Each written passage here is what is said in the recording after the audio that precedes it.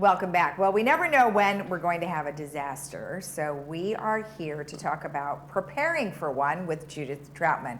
Well, Judith, it's always a pleasure to see you. How are you? Fine, loving the weather. Yeah, I know. It's been nice. And I know that I actually have an interview coming up with the Orange County Fire Department because we're going to talk about fire. I mean, that's always on our forefronts of our mind. And they say that it's fire season all year long now. It doesn't even matter. It just happens to be that way. So we are here to talk to you about some preparation of what we can do in case of any disaster. So welcome. Let's get started because now we have a lot to cover. Okay. The first thing, and I think I sent you an overhead slide, is why I'm here. Yeah. And everyone should know the level of preparedness before a disaster hits will be directly proportional to your quality of life for the hours, days, and even months after a disaster. Right. So, and that comes from the ECA, Earthquake County Alliance. So, Disaster Preparedness Task Force was first organized in Laguna Woods back in 1989 and consisted entirely of mostly volunteers that functioned under the Golden Rain Foundation in cooperation with our security department. Right. The purpose was to keep the residents aware and informed and prepared for any major disaster. We actually have a charter that was put together, which is a governing document by GRF. So we are mandated, and it's too much to read, by a governing document from the Golden Rain Foundation. Okay. And one of the first things on there was the task force serves as a liaison between the Golden Rain Foundation and the board of directors and the security division, okay, regarding any disaster preparedness.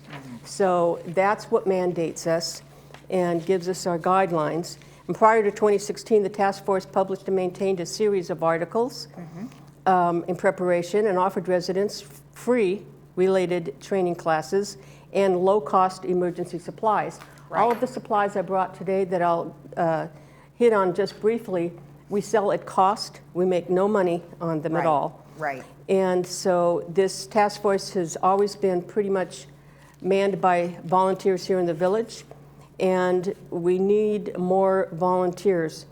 We are drastically reduced the last couple of years in one of our programs, the Good Neighbor Captain program. And they're sort of the backbone of the task force because they, in a natural disaster, power may be down, our phone lines won't work, and so you will not be able to call 911 yourself. Right. Therefore, the most likely and the first residents that may get help will be the buildings that have a good neighbor captain. Right. And I know that sounds sort of scary, but that's actually true because let's say in the 3-story buildings, you only have to have 8 manners or 1 floor to be a building or a good neighbor captain. Okay. This is not to be confused with a 3-story building captain. There are 2 completely different jobs. Okay. And the good neighbor volunteer is the quickest way and the surest way that your life-threatening emergency will get passed to the first responders. So if they want to be a good neighbor captain, do they contact you or do they contact the security department? They contact the office. We have an office on the 1st floor. Okay. And I think you have it on there. We do. We have that, so we can get that to them. Right. That's on the ground floor of the community center. Yes, and we have a phone number, and you can either come in or call us, and we will send you an application to be a volunteer. The number is 949-597-4237. Okay, perfect. So, and I meant to get that one to you. Okay, and so what does a good neighbor captain do? Basically, it's your job to educate your 8 or 10 neighbors that you've chosen. Right. And you just knock on their door and go door to door, and you hand them this kit already made up that we give you.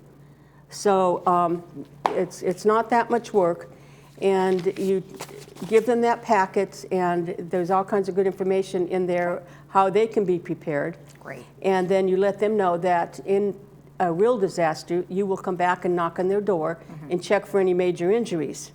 And then, as a good neighbor captain, it's your job to get that information to the radio shack over at Clubhouse 1.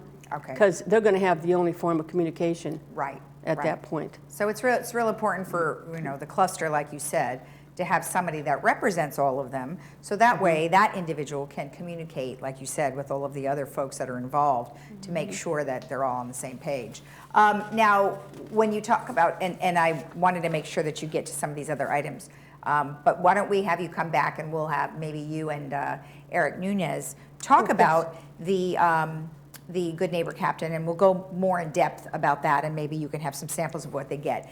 Let's touch real quick on some of these little items here. I know that you have a slide that talks about extra items that can go inside your survival kit, but tell me just quickly what you have some things here. Okay, this one is $20, and it's a first aid kit, and there's actually enough in here to do a minor surgery. I can It looks like it, man. You got enough for the whole army. There's hundreds of things in there. Great. And that's only $20, and it could be for your car. But that and your does closet. not come in that survival kit. No, it does not. That's extra. You could buy it and put it in there. Okay. This one is $12, and it's for two, and it just has the water and the food. Oh, okay. And the food bar, it has 2,400 calories. So this could feed one big man, if he's very active, for one day, or a lady as small as you, maybe for 4 days, depending on your calorie intake. It's 2,400 calories. Okay. So there's 6 little bars in there. Okay, does it taste any good? It's like an oatmeal bar. Okay. Yeah, it tastes like an oatmeal bar. And the only other good thing in here is a light, but all it does is work by... Oh, yeah. You guys showed us that before. It's great. A little hand crank. But that's all it does, is it's a light. And Cool. so this is a whistle that if you come into the office and buy something, we'll give you a free whistle. And this is the file of life everybody should have. Oh, yeah. Because the first responders know to go to your refrigerator. So it'll have all your vital information, and it has a... That goes on the outside, So you also had a little pet thing one time where you put, like, Save My Pet. Don't you do that in the window? Yeah, we are out of them. Oh, so okay. I did not bring them. That's I okay. want people to come into the office. Okay. And we do have a pet rescue plan. Oh, and good. I can't go over it today because that's a big one. It's too much. I think we could spend the whole time just on one subject. Yeah, we have a pet rescue that's plan, good. and it's about 12 pages. So Great. please come into the office if you have a pet. Okay. There's a registration form in here, and you will register your pet, and there's a special group that monitors the pets, and they have meetings of their own. Okay, that's awesome. So, now, yeah. one last thing. Let's talk about the water heater, because I know I just recently had an issue with my water heater, so I wanted to touch on that because everybody has a water heater. And what are some things that we should? Yeah, we do have that slide. So, what are some things we should be looking out for? Well, keep this stored by your water heater. And what's important, everyone that has a water heater has that emergency water. But just like any container, this is sealed. If you're going to want water to come out of the bottom, you'd hook this up to the on and off valve here. Yeah. You're going to have to release the valve at the top to release the suction, or the water will not drain. Right. And that's what people forget to do. Ah. So that's important. And when we give you one of these when you come in and buy the hose for $7 in the office. Okay. And we'll teach you how to use it, and keep this with this by your water heater. Yeah, it's definitely something you're going to need, especially That's $7. if we can't have water. That's perfect. That's So- perfect. Okay, excellent. Well, I wanted to make sure we touched on that. And then just real quick, this big survival kit here is something you sell downstairs. Yes, this is $42, and it's got an array of stuff in it, even tape. You can actually build a shelter with You can duct fix tape. everything with duct tape. Yeah, duct tape is so good. But this light is a little bit nicer than the other light. Yeah. This light has a radio and an alarm, but it also, you hand crank it, but it will also charge your phone.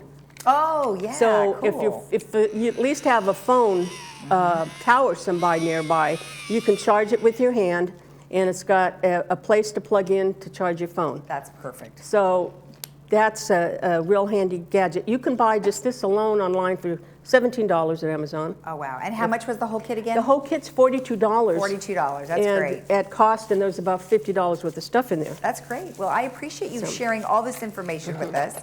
It is great stuff. Of course, we'll have you back again, maybe next month, and we'll just pick one thing. And we'll talk about just that one thing, okay? Because there's so much. I know there is. Thank you again for bringing everything. My pleasure. All right. Okay. And we want to give this to you. Oh, okay, good. Well, This thank is you. yours, and oh, that's I yours. get my own survival kit. You Yay. get and a whistle.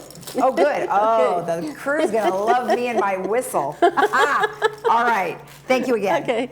All right, if you want more information about the Disaster Preparedness Task Force and be a neighbor captain, good neighbor captain, or if you want some of this stuff, you can always go to the first floor of the Community Services Center between the hours of 10 and 12. We'll be right back.